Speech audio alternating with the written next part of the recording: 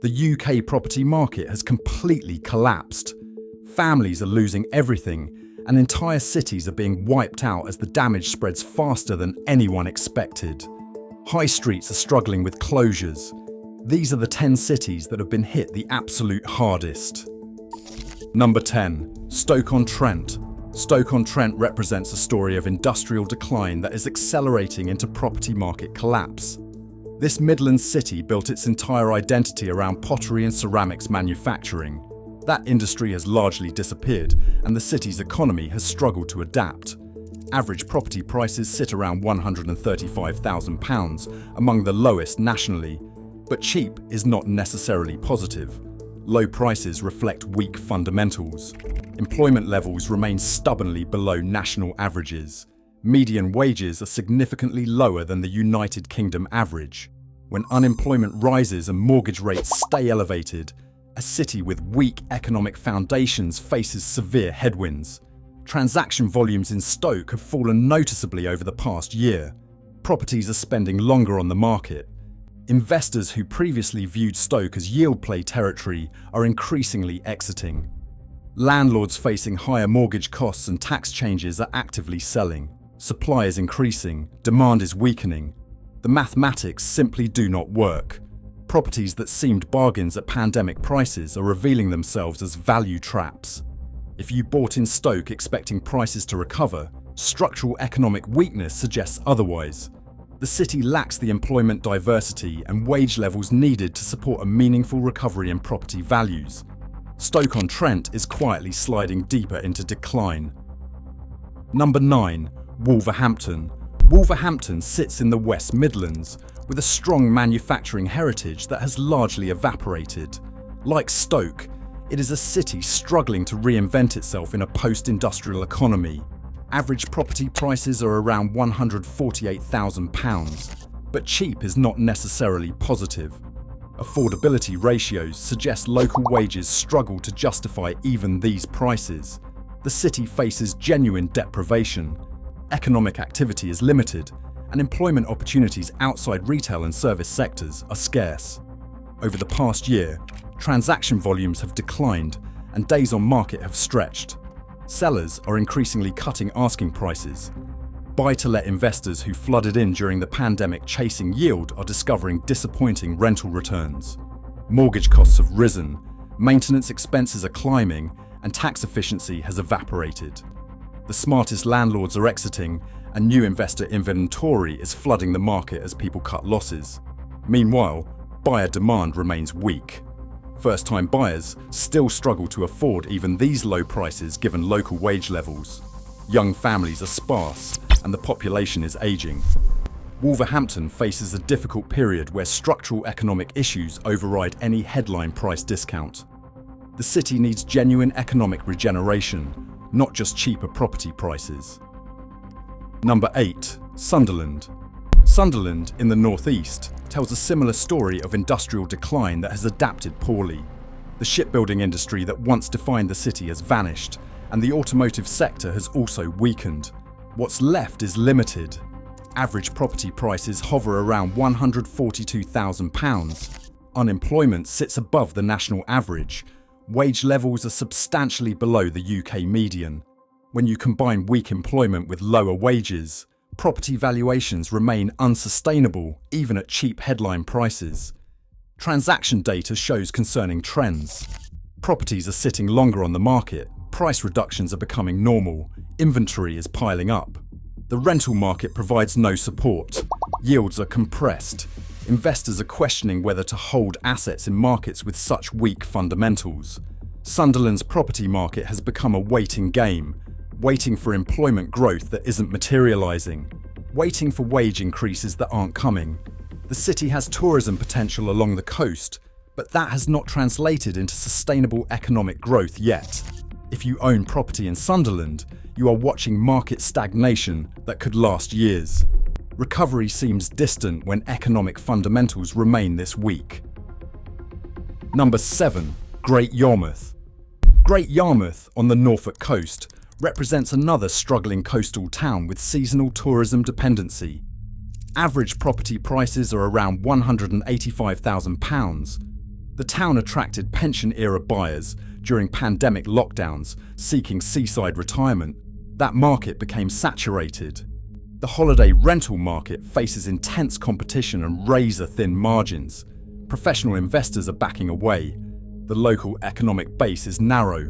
Tourism employment is seasonal and increasingly uncertain. Young people are leaving, and the population is aging. This creates structural headwinds for property markets. Transaction volumes have declined, and days on market are extending. Price reductions are becoming routine. The rental market that might have provided investment returns is stalling. Seasonal tourism that drives local income is unreliable. Great Yarmouth faces a difficult reset where prices normalise toward actual economic fundamentals. If you thought cheap coastal property was a safe haven, Great Yarmouth is teaching you otherwise. Cheap can mean reflecting genuine economic weakness. Before we reach the final 6 cities where the situation becomes truly critical, I want to ask you to subscribe if you have not already. The property market data in these 10 locations is genuinely important information for anyone living in the UK, especially those approaching retirement or planning major property decisions. I share detailed market analysis every single week based on real data, not speculation. Your financial future depends on understanding these trends before they hit mainstream news headlines. Subscribe now so you do not miss the breakdown of the final 6 cities where the collapse is becoming urgent. Number 6. Doncaster. Doncaster in South Yorkshire sits with average property prices around £198,000. The city has strong transport links and it once thrived as a railway hub. That industry has transformed, and the railway works that once employed thousands are now shadows of their former size. Like many post-industrial cities, Doncaster struggles with economic transition. Unemployment runs above the national average, and wage levels are below the UK median. The property market reflects this weakness. Transaction volumes are declining, days on market are rising, and price reductions are increasingly common. Rental yields have compressed, and investors are discovering that cheap property in weak employment markets provides disappointing returns. New landlords are not entering, while existing landlords are exiting quietly. Supply is increasing, demand is weak, and the market is adjusting downward. If you own Doncaster property, you are experiencing a slow erosion of value as fundamentals deteriorate. The city needs genuine job creation and wage growth. Without those, property prices will continue adjusting downward to align with economic reality. Walsall in the West Midlands carries average property prices around £155,000. The city's industrial base has largely disappeared. Manufacturing that once dominated the local economy has shifted overseas or automated, and economic diversification has not materialised meaningfully. Unemployment is above the national average, and wages are substantially below the UK median. The property market is adjusting to this reality through declining transaction volumes and falling prices. Days on market are extending, and price reductions are routine. Investor appetite has completely evaporated. Buy-to-let landlords are facing higher costs and lower yields, and many are selling. First-time buyers still struggle to afford even these low prices given local wage levels. Walsall's market is trapped between 2 unpleasant states. It is cheap enough that purchase prices seem affordable, yet local economic fundamentals are so weak that value continues eroding. The city faces years of difficult adjustment. Regeneration efforts need to succeed for property values to stabilise. Until then, prices will likely drift lower. Number 4. Scunthorpe. Scunthorpe, in North Lincolnshire, has average property prices around £145,000. The town was historically dependent on steel manufacturing, and that industry has massively contracted. Employment has collapsed accordingly. Unemployment is significantly above the national average. Wages are well below the UK median. The property market reflects this economic weakness. Transaction volumes have fallen dramatically. Days on market have stretched considerably. Price reductions are epidemic. Inventory is piling up with few buyers. The steel works that once employed thousands now employ only a fraction of that number. Younger people have left for better opportunities elsewhere. The population is aging. This creates structural headwinds that property prices cannot overcome through discount pricing alone. Scunthorpe is experiencing genuine property market distress. If you bought here expecting economic recovery, you are likely disappointed. The structural economic issues are persistent and difficult to resolve quickly. The market adjustment could last for years. Number 3. Port Talbot. Port Talbot in South Wales has average property prices around £175,000. The town's economy has been dominated by the steel industry. Like Scunthorpe, that industry has contracted massively, employment has collapsed and unemployment runs well above Welsh and UK averages. Wages are substantially below the median. The property market is adjusting downward accordingly. Transaction volumes are declining, days on market are increasing, price reductions have become normal and inventory is accumulating. The rental market provides no support and yields are weak. Investors are exiting. Port Talbot faces a situation where economic regeneration is essential for stability. Without jobs and wage growth, property values will continue adjusting downward. The Welsh Government has attempted regeneration efforts, but success remains uncertain. If you hold Port Talbot property, patience through a difficult period is essential. A quick recovery seems unlikely, given the depth of structural economic challenges. Number 2. Greenock. Greenock in Scotland carries average property prices around £130,000. This Clyde coast town has shipbuilding heritage that has largely disappeared. The local economy struggled to transition away from heavy industry. Unemployment is above Scottish and UK averages, and wages are below the median. Like other post-industrial towns, Greenock's property market reflects economic weakness. Transaction volumes have declined, days on market have extended, and price reductions are routine. The rental market is weak, and investor appetite has evaporated. Young people have left for better opportunities, and the population is aging. Greenock faces structural economic challenges that cheap property prices alone cannot overcome. The town needs genuine economic regeneration. Until that materialises, property prices will continue adjusting downward to align with weak local fundamentals.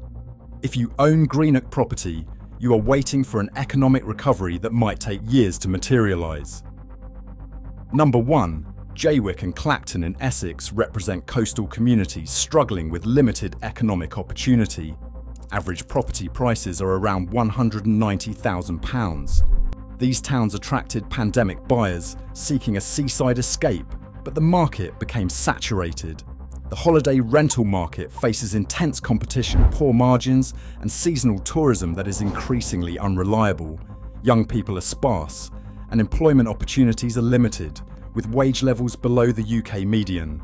The property market is adjusting accordingly. Transaction volumes are declining significantly, and days on market are extending considerably. Price reductions are becoming standard, and inventory is accumulating with few buyers. The rental market provides no investment returns worth holding, so landlords are exiting. Supply is increasing, demand is weak, and the market is moving downward. Jaywick and Clacton face a difficult period where cheap property prices reflect genuine economic weakness rather than opportunity. If you thought coastal location guaranteed investment returns, these communities are teaching you otherwise. So there we are. 10 cities experiencing genuine property market distress. From post-industrial Midlands and northern towns to struggling coastal communities, the pattern is identical. Weak local economies, limited employment opportunities, low wage levels, high unemployment. These fundamentals cannot be overcome by cheap headline prices. Until genuine economic regeneration happens, until jobs are created and wages increase, until populations stabilise and young people return, these property markets will continue adjusting downward. If you hold property in any of these 10 locations, you are facing years of difficult adjustment. If you are thinking about buying, you need to understand you are purchasing in markets where headwinds outnumber tailwinds significantly. The UK property market is not stabilising, it is correcting toward fundamentals. And those fundamentals in these 10 cities suggest prices have further to fall. Your property decisions deserve to be based on economic reality, not hope. Subscribe and stay informed. Understanding these markets requires looking beyond headline prices. The common thread connecting all 10 cities is economic decline that cheap property cannot mask. Post-industrial towns with vanished manufacturing bases, coastal communities dependent on unreliable tourism, transport hubs where the industry that created them has moved or changed. These structural issues take years to resolve, if they resolve at all. Property investors who bought during pandemic optimism believing cheap prices guaranteed returns are discovering the hard way that fundamentals matter. Weak wages relative to property costs mean sustained downward pressure. Limited employment means limited buyer demand. Young people leaving means aging demographics. These factors compound over time. Smart money recognises this and exits these markets. Those holding positions face years of potential decline. The key to protecting your wealth is understanding that cheap property in economically weak locations is not opportunity. It is a value trap, reflecting genuine underlying problems. Your property decisions must be based on economic fundamentals, not headline discounts. Market Analysis Deep Dive. The 10 cities we have examined share critical commonalities that reveal where UK property markets are heading. Each has experienced industrial decline that has not been adequately replaced with modern employment sectors. Each faces wage stagnation where local earnings significantly underperform national averages. Each shows transaction volume declines indicating buyer withdrawal. These are not coincidences. They are symptoms of fundamental market repricing. The investors who prospered in real estate over the past 2 decades succeeded by following economic fundamentals. They look for cities with growing employment, rising wages, and positive demographics. They avoided exactly the places we have identified. The data now shows why. When economic fundamentals are weak, prices follow.